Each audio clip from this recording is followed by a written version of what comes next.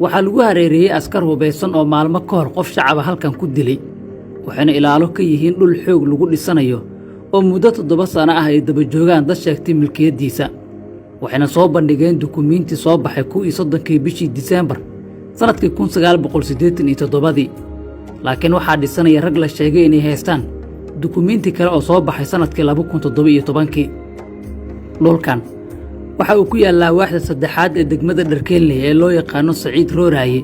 laakiin hadda loo bixiyay Jasiira Estate waxaana xaafad casri ah ka dhisaya mid ka mid ah bangiyada dalka ku yaala sida ay sheegeen qaar ka mid ah dadka leh dhulka oo dhismaha ka socdo isla markaana muddo dheer taagan albaabada hay'adaha garsoorka ee dalka iyo kuwa madaxda qaranka laakiin waaye qof wax u qabata maadaama aysan ahayn hantiiliyaal sida kuwa ay dooda kala dhaxayso ganacsatada dhisanaysa deegaanka oo muranka ka jiro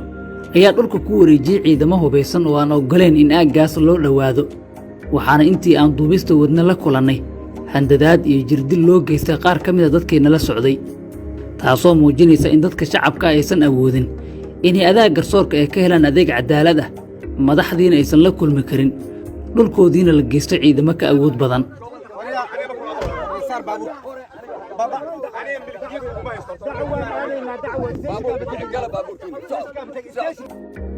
qaar ka mid ah dadka sheegay in dhulkaasi leeyihiin balse xoog looga haysto oo warbaahinta la hadla ayaa sheegay in 7 sano ay u dhaxayaan maxkamadda gobolka Banaadir iyo maamulka gobolka isla markaana ay waayeen dad wax u qabta dhulkoodiina oo ku socdo dhismo sharci darro ah waxayna baaq u direen madaxda ugu sareysa dawladda Soomaaliya waxaan nahay shacab Soomaaliyeed oo aan hubeysnayn oo muwaadiniina waxaan ka cabanaynaa niman marka adigu alxamdulillah na dulminaya wax dheefka Ilaahay siiyo nagu dulminayaan ganacsato ah bangiga ACF dhulku ku yaalo aragtay adigu dhulkaas nimanka mashaariicdaas wada oo ma aragtay adigu alxamdulillah ay kamid yihiin Nuur Alwarsame iyo Iimaan Maxamed Cali iyo rag kale oo iyaga lamida ma ka tiradooda ma kala gaareen dadkaas ayaa ma aragtay adigu alxamdulillah na dulminaya dhulkayna dhacaya meel kasta hadaan tagna waxa way iyaga ayaa nooga horeeyay laftigayna oo cadaalad u raadsano dhulkankayga booskiga iyo dhaaf iyo ku dhaafima يعني marka waxa ku soo xiga waa la og yahay systemka iyo waxaan dhowreynaa iyo dawladnimada iyo maaragtay adigu muxuu ahay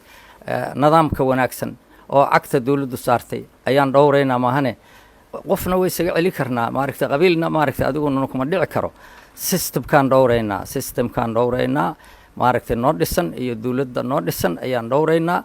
waxaan dawladda ka codsanaynaa madaxweynaha dawladda federaalka ra'iisul wasaaraha duqa magaalada كل golaha sare golaha shacabka waxaasoo dhan waxaan ka codsanaynaa dawladda iyaga u dhaartay iyaga mas'uuliyiinta dalka iyaga dawladdiisa inay naga qabtaan masaakiin la dulminayo ayaan nahay oo shacab ahaan nahay muwaadiniin nahay waxaan kaloon rabnaa hadii Ilaahay yiraahdo arinta oo aheeday dhulkaas waxa uu soo maray waxyaalo badan oo soo maray gobolka Banaadir in warqadihii maxkamadda noo dirtay gobolka Banaadir iska keenay gudbiye oo warqadihii dhulkii la soo baaray oo dhismihii laga hal joojiyal dhahay ay joojidiinayaan wax kasta la isla maray markii dambe dhulkii ninkii sheegay isku dacweeyeen dhulkan aabiis lahay oo aabiis mar hore oo ka wareegay gudoomiyaha gobolka warqadahayna hoos oo iska dhigay waa soo gudbiyay guddiga qalaafaadkana waa kala diray cadaalad darradaas oo baahday inuu madaxweynaha in soo faragelisho wax ka qabtaan rabnaa dadkaas oo dulmaaya oo balaayada iyo la ordaya baasada ee meel kasta lacagaan leenahay kun ma ku bixisiin 10 kun aan ku bixinaa malaayiin aan bixinaa idinkaan idin daalayna maalin kasta noogu hajabayo madaxweynaha waxaan rabaa inuu wax ka qabto waxaan isugu nimid cabasho aan ka cabanayno dad muddo fara badan naga haystay dhul aan xaq u leenahay oo sharciyan aan u leenahay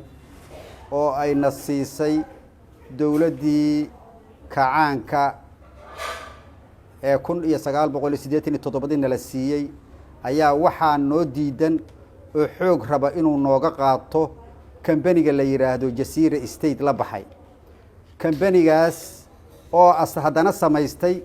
bangi la yiraahdo IBS oo ay rabaan in ay dadka ku dhacaan. wuxuu la baxay bangiga IBS International Bank of Somalia ayuu ahaa magaciisu, haddase International Burcadbadeed of Somalia ayuu la baxay. sidaa awgeed bangigaas oo maalgeliya burcadbadeedka dadka masaakiintaana dhaca, bangiyada kaleetood oo magaalada jooga dadkay kaalmeeyaan oo masaakiintay kaalmeeyaan, kuwaan IBS-ta masaakiinta ayay dhacdaa, masaakiinta ayay u daran yihiin, dhulkeena ayay naga xoogaan, masaakiintay dhulka ka xoogayaan. waxaan codsanaynaa in nalaga qabto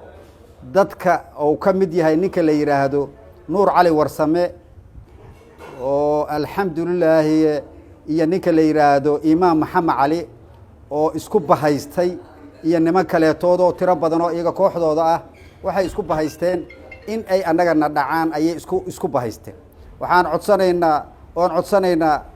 inaan dhulkeenaas ilaahay idinkiisa madaxda qaranku ay nooga soo dhiciso, dad masaakiin aan nahay. waxaan cabasho ka nahay kambaniga Jazeera State ay madaxda u yihiin Imaam Maxamed Cali iyo Nuur Cali Warsame. dadkaas oo awood noo sheegtay annaga oo dad rayid ah, shacab ah Soomaaliyeed, hanti ay leeyihiin ilaa 87 xoog inay uga milkiyaan ay rabaan. 6 sanana daba joogno,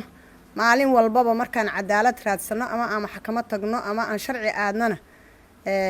ayaga maxay ahayd annagoo dhulkeena naloo xukumay haddana awood nagu maquuninayo, dhulkeena aanan tegi karin, aanan maxay ahayd ku takrifali karin, aanan dhisan karin, aanan degi karin. waxaan ka codsanaynaa dawladda ayadaa gacanteeda dheer tahay, dadkaa qori bay noo haystaan, maxkamaday maalin walbaba nala taagan yihiin. waxaa ula hadlaa anagoo dhibaataysan oo badan. waxaa cabasho ka nahaa maaragtay dhul aan ku lehno meesha maxaa la dhahaa Jazeera, aan mar hore gadane oo mar hore maaragtay dawladda siyaad dhulkana maaragtay dadkii ka gadanana way dhinteen. Macalin Maxamed oo Macalin Maxaad ku magac lahaay iyo Sacdi Sheekh Cabdullaahi ka gadane maaragtay maxay ahayd waqti hore ay ahayd dhulkii. hadda waa nooladiida waqti badan waa ku daalna. aniga qaxootiga Hagardheer ka imid, qaxootiga Hagardheer guri ma haysto, hood ma haysto, waxay haysto male. waxaa idinka rabaa maaragtay anaad waxayna maaragtay inay meel cidla noogu qaataan ma aha. weli ma helin dadka lagu eedeeyey inay dhisanayaan dhul aysan lahayn si aan u helno jawaabtooda. laakiin dhowrkii sano ee lasoo dhaafay waxaa aad u kordhay muranka la xiriira dhulka, iyadoo xilligaana u xoogaystay bixinta hantida dadweynaha, gaar ahaan dhulka oo la sheegay in la siiyo ganacsato iyo siyaasiyiin ku jira dawladda Soomaaliya. waxaana ugu dambeeyey dhulka bangiga dhexe ee loo yaqaano Bangaariyada, islamarkaana ku yaala degmada Wadajir ee gobolka Banaadir, kuwaasoo dadkii deganaa saaki si xooga looga saaray. halka sidoo kale ay warbaahinta ka soo muuqdeen dadweyne kale oo cabanaya, kuwaasoo sheegay in si xooga looga saarayo dhul ay leedahay dawladda Soomaaliya oo ku yaala